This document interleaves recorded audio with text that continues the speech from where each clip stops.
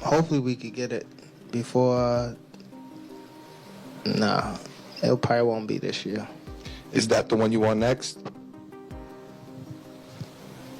It's definitely the one I want next. Tank want a rematch. Let me know now. Do you want to fight Tank again? He said he open to do a rematch. Do you want to fight Tank 100%. It's only a matter of time. We're gonna fight. We're gonna fight again. It's just whenever the fight gonna happen. So it's gonna happen. It's going to happen. Okay. They said they want it in New York again. Do you want to fight again in the Barclays Center? I wouldn't mind, but I'd love for it to be in D.C. Okay. I'd love for it to be in D.C. Boxing fans, get ready. Tank Davis and Lamont Roach Jr. are on the verge of a blockbuster rematch after their controversial draw on March 1st. The tension is high, and both fighters are eager to settle the score. Roach's promoter, Gary Jonas. The question on everyone's mind, how close is the rematch? How big will it be? How close is it to getting done? Very close. It's in my mind, it's a done deal, but there are formalities, but it's a done deal, and it's not far off. I can't give you more than that right now, but what I can tell you is that it's going to be an interesting fight. I think you got dynamics. You've got Gervonta, who's probably going to be angry, probably woken up, probably more focused than he has been, not talking about retirement. That's a factor. Has strongly hinted that the rematch is nearly finalized, with only a few formalities left to sort out. Meanwhile, Davis appears more focused than ever, reportedly pushing aside any retirement talks to handle unfinished business in the ring. The first fight left fans wanting more, and this second showdown promises to deliver fireworks, with both fighters determined to prove their dominance. Expect a high-stakes battle filled with intensity, strategy, and sheer willpower. If the rematch becomes official, it could be one of the most electrifying fights of the year. Stay tuned.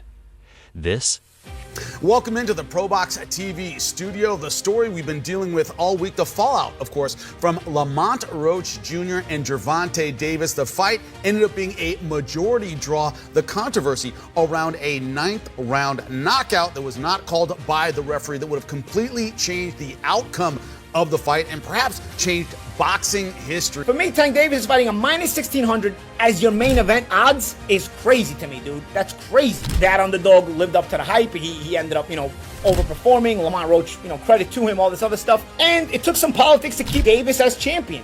You ever see guys getting the referee their own fight? Dude, anybody else takes that knee, you're getting counted, bro. The referee, actually, his instinct, if you watch that, the referee's instinct was to count. If you notice, Steve Willis started counting, and then he looked at the timekeeper outside the ring, wasn't counting, and he stopped counting. So you get to call your own timeout. Earlier in the fight, if you saw that shoulder barge that Tank did to Roach in the clinch, he didn't get a warning, but Roach's reaction got the warning. This is the politics we're dealing with. You keep doing this, you're looking at short-term money and long-term destruction of a sport. He take a knee. You need to lose like 10-8. That round at least, no? And plus the corner go up and put it a towel in the face. That's a disqualification for sure. I'm talking about the rules. Is a fight no boxing fan will want to miss. The first showdown between Gervonta Tank Davis and Lamont Roach Jr. on March 1st, 2025 sent shockwaves through the boxing world, igniting controversy and setting the stage for an anticipated rematch held at the Barclays Center in Brooklyn, New York. The fight ended in a dramatic majority draw, one judge scoring it 115 to 113 for Davis, while the other two had it. When has the last time somebody stood in the pocket versus Gervonta Tank Davis and survived? The last person that attempted to do it was Leo Santa Cruz, and that man's head is still rolling somewhere around the arena. He proved Two-Tone the Superstar wrong. He proved everybody wrong, and that man went ahead and cooked, and he gets robbed by the New York State Athletic Commission.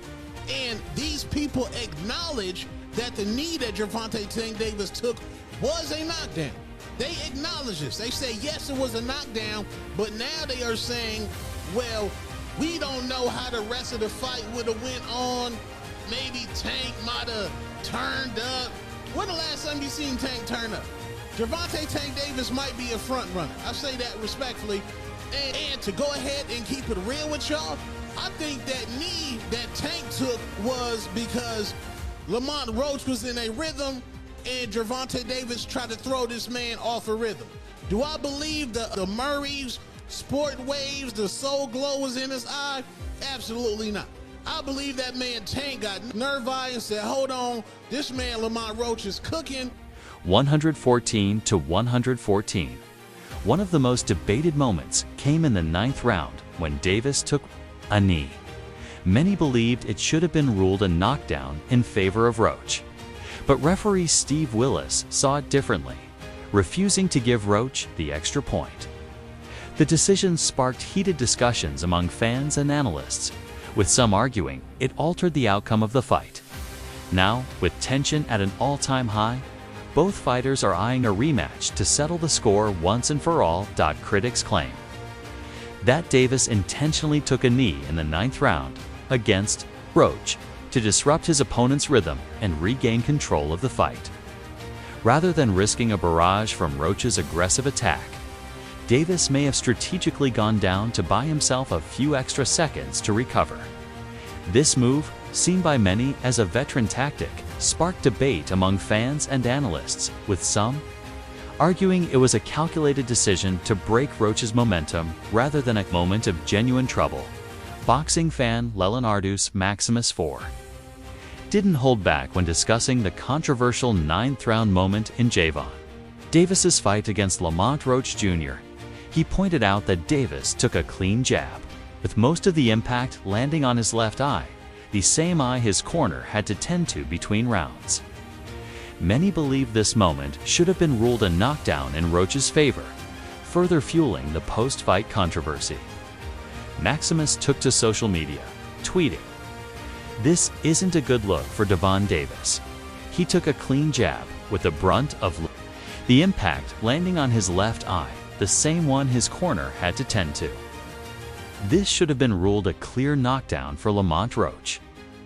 His statement resonated with many boxing fans and analysts who were vocal in their criticism of Davis's performance and the circumstances surrounding the 9th round incident. The debate over whether Davis's decision to take a knee was a tactical veteran move or a sign of genuine trouble has divided the boxing community.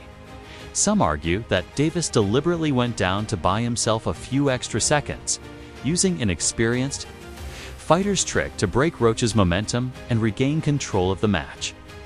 Others, however, believe Davis was truly hurt by Roach's jab and that the referee, Steve Willis, made a critical mistake by not counting it as a knockdown. The controversy only intensified as analysts dissected the moment from every angle. Renowned boxing analyst Stephen A. Smith weighed in on the debate, emphasizing the importance of mental and physical preparation in high-stakes fights. In boxing, distractions can be costly. Champions must ensure they're fully prepared both mentally and physically, Smith remarked. His comments seemed to suggest that Davis might not have been in the right headspace for this fight, a claim echoed by many who noted his inconsistent focus leading up to the bout. Similarly, veteran